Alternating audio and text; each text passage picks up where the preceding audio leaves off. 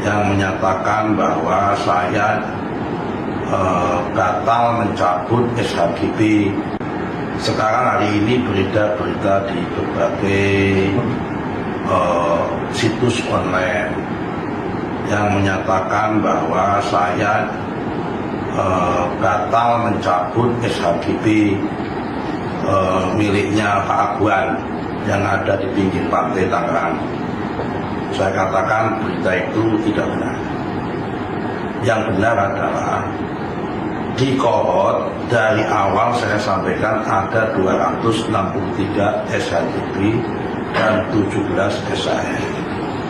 Totalnya ada 280.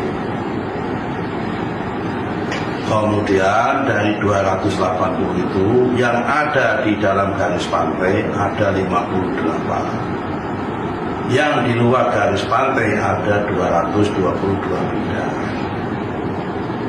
Dari yang 222 bidang itu semua ada di garis pantai.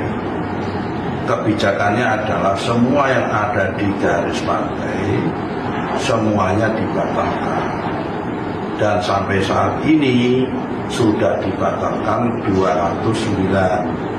Ada yang dibatalkan oleh pihak BPN, ada yang dibatalkan melalui proses sukarela, yaitu semua dokumen sertifikatnya diserahkan kepada BPN.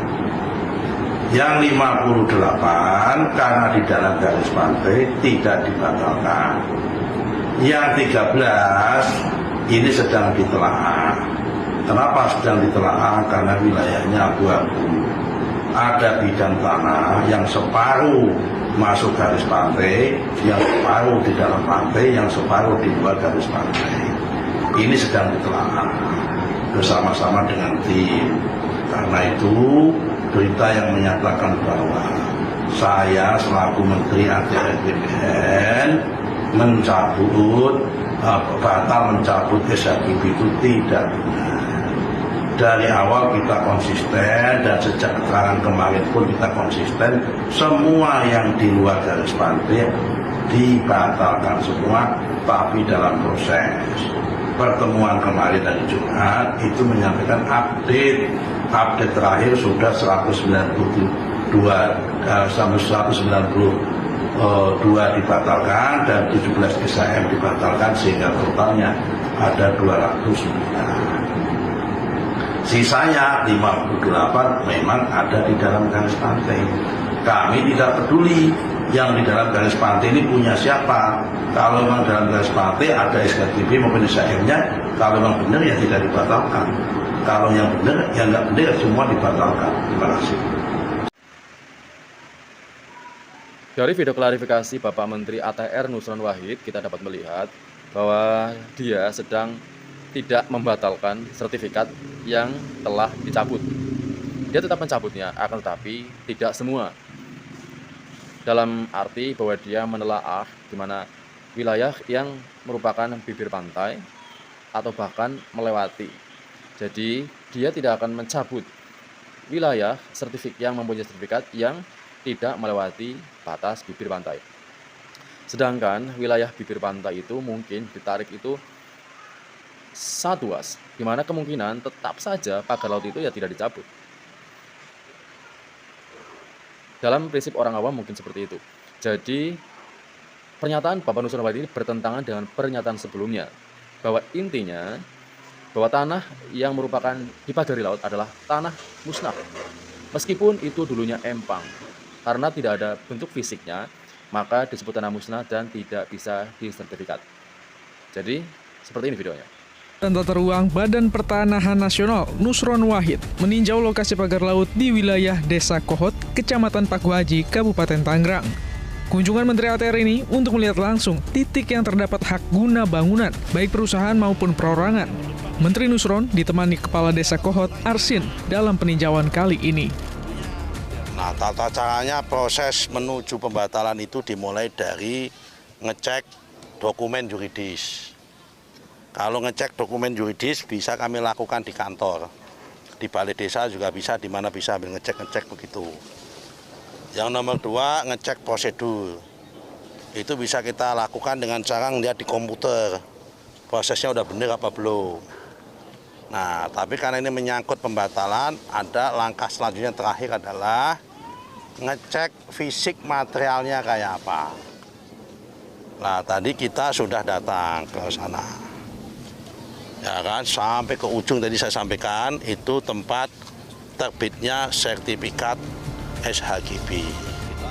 Saat meninjau lokasi, Menteri ATR BPN mengaku sempat berdebat dengan Kepala Desa Kohot terkait status tanah. Bahkan, Kades sempat ngotot bahwa lahan yang ada sertifikatnya dulunya merupakan empang, sehingga aslinya memang ada sertifikatnya. Namun karena secara fisik tanahnya sudah tidak ada, Menteri Nusron menyatakan bahwa lokasi itu, kalaupun benar dulunya adalah empang, tetap disebut tanah musnah. Tadi di sono saya berdebat sama Pak Lurah. Pak Lurah ngotot bahwa itu dulunya empang. Mau Pak Lurah itu bilang empang, mau Pak Lurah bilang apa.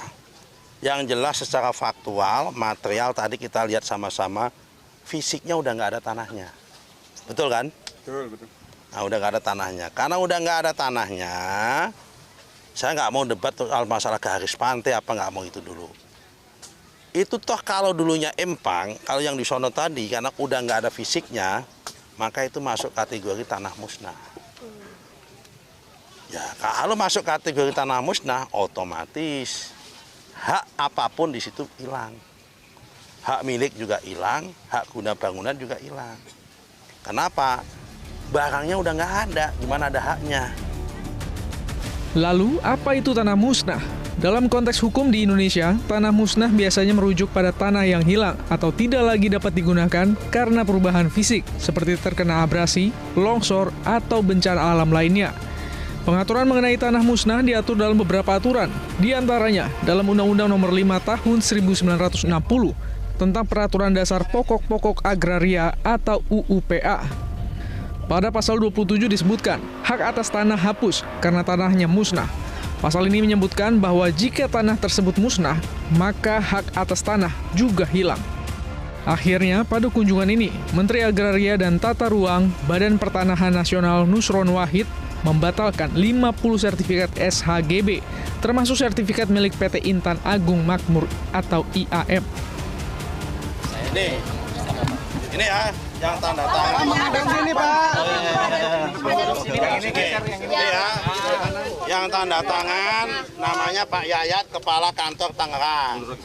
Yang memutuskan nanti Pak Sudaryanto. Nah, ini Kakanwil, karena kalau pembatalan sertifikat itu, ya kan? Bapak agak kesana dikit boleh? Dengerin dulu. Kalau pembatalan sertifikat itu, yang membatalkan harus yang lebih di atas, setingkat lebih di atas. Oke? Siap. Bismillah, Bismillahirrahmanirrahim, mulai. Kepala kantor ya. Nah, nanti ini hanya proses, nanti simbolis ya, nanti selebihnya ini. Oke, terus. Oke, Bismillah. Oke, makasih Pak. Oke, makasih. Oke, yuk, makasih semua Pak. Wah, ya, Siap. makasih. Ayo Pak. Ayo Pak, makasih Pak. Ayo, makasih semua. Makasih semuanya. Makasih. Yang menarik dari peninjauan Menteri ATR ini, Kepala Desa Kohot selalu dikawal orang. Bahkan pengawalan Kades tampak seperti pengawalan Presiden. Jadi dari rangkuman kedua video itu kita dapat menilai kejadian di mana yang tadinya Bapak Nusron Wahid mengatakan dengan tegas ketika sidak di Desa Kohot yang menyidak Lurah Kohot yang bernama Pak Arsin dan mengatakan dengan tegas bahwa tanah yang dipagari laut atau wilayah tersebut merupakan tanah musnah. Dengan jelas dia mengatakan itu tanah musnah. Meskipun dulunya itu ada bentuk fisiknya berupa empang dan sebagainya, tetapi karena tidak adanya bentuk fisik sekarang, itu disebut tanah musnah dan tidak bisa disertifikat. Dari pernyataan Bapak Nusron Wahid, tentu saja itu sangat kontradiktif. Dan mungkin masyarakat ini banyak menilai, apakah benar Bapak sekelas menteri, maksud saya sekelas Bapak Menteri saja itu tidak dapat mempengaruhi oligarki. Lalu, seperti apakah kelanjutan dari cerita pagar laut Tangerang yang nyata-nyata menjolimi warga Tangerang, terutama para nelayan, dan bahkan sekelas Bapak Menteri pun tidak dapat menolong mereka. Semoga saja kasus ini terselesaikan. Dan pemerintah yang zolim, pejabat yang zolim, kelak mendapat balasan di akhirat, di mana mereka dibebani oleh tanggung jawab yang sangat besar, dan bahkan mereka diupah dan digaji oleh rakyat. Ternyata mereka tidak membela rakyat, tapi justru membela oligarki demi menambah pundi-pundinya atau bahkan mempertahankan jabatannya. Cukup sekian video kali ini. Assalamualaikum warahmatullahi wabarakatuh.